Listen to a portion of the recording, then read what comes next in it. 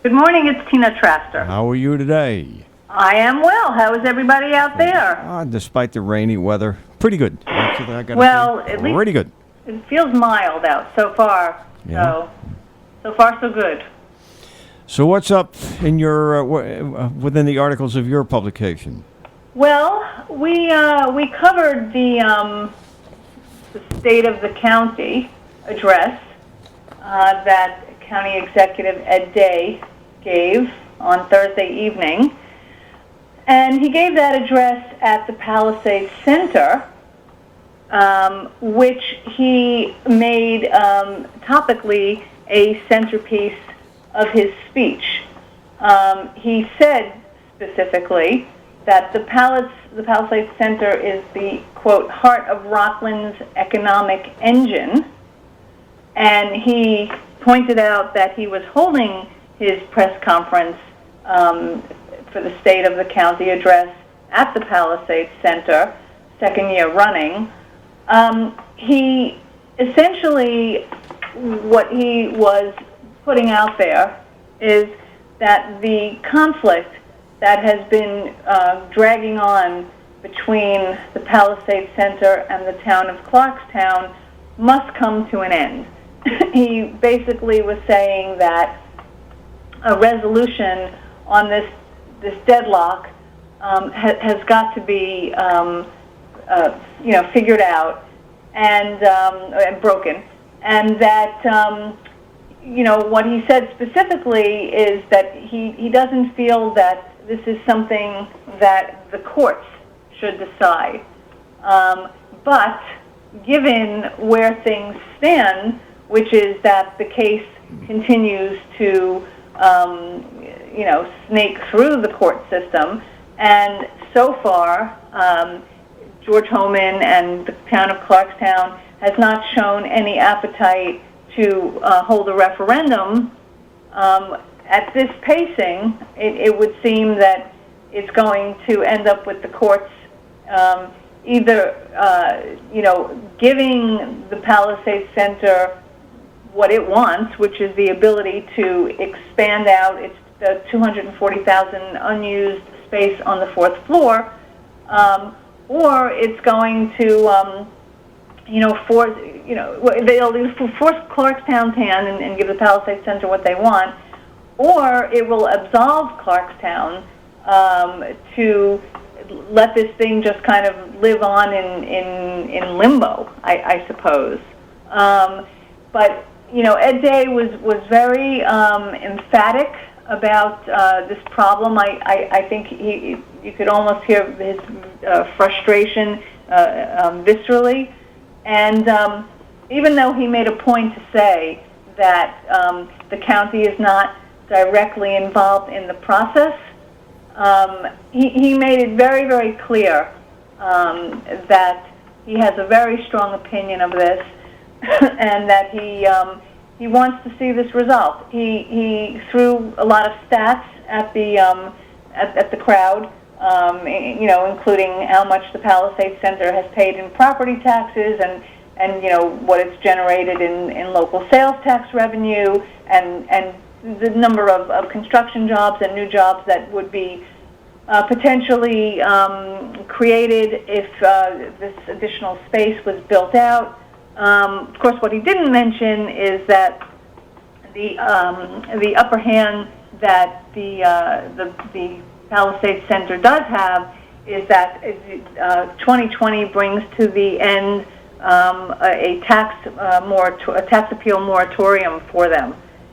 So we could be looking at a very harsh tax appeal, given given all the darkened stores and the changing retail environment. So the State of the County speech covered a lot of ground, but he did open with this issue on the Palisades Center, and he made it very clear, to say that the mall is the heart of Rockland's economic engine, and that I think that Ed is he's very proud of the state of county's financial health and the comeback that he's helped to effectuate.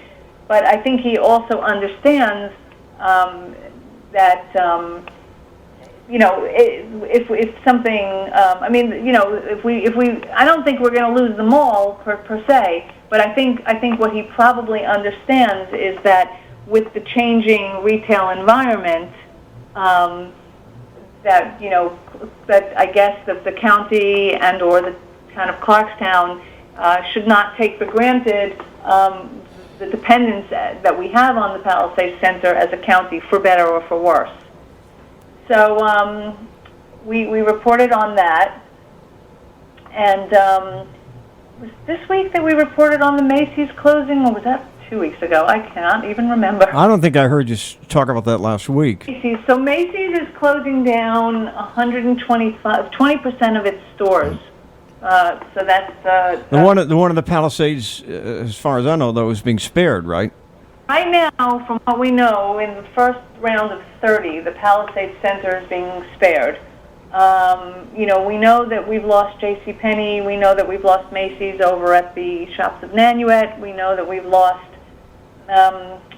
Lord and Taylor, and soon the Bed Bath & Beyond is closing. So there's a lot of loss going on there. I think if Macys were to close here, it would be absolutely devastating. On the upside, I don't think that there's a Macys around for miles. So perhaps there's some hope that Macys won't close here. And also, what the statement that Macys has put out is that they're looking to close the stores in the lesser malls. And I think that probably at this point, the Palisades is still considered to be a top tier mall.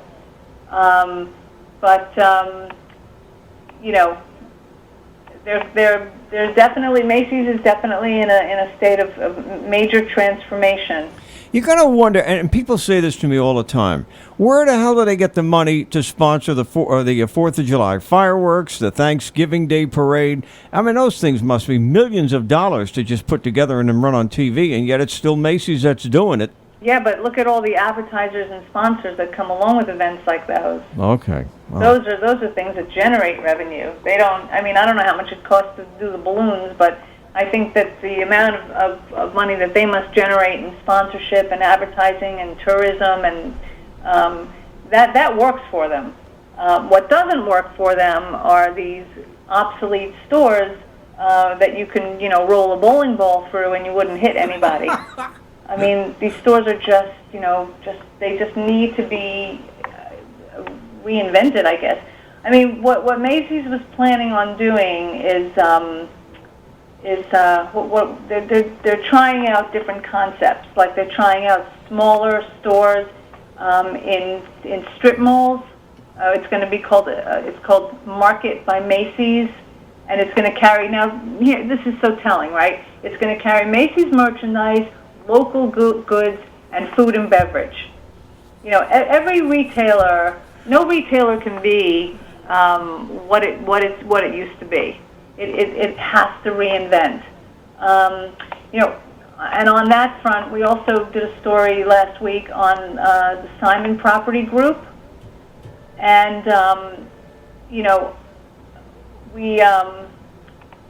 what's interesting about Simon Property Group is they are also doing that. There's a group, these are the owners of the shops at Nanuet. This is a retail group that is on the move. They are partnering with a couple of other entities to do something that are called ghost kitchens, and these are essentially kitchens that serve as commercial space for restaurants or any kind of entity that needs like a commissary or a kitchen space. And they're also taking a stake in Forever 21, which is the struggling retailer that has, as it happens in this case, a presence in the Palisades Center as opposed to in their own malls. But what I'm saying here is that if, retailers are having to completely, shake off whatever they've been doing, and they've got to.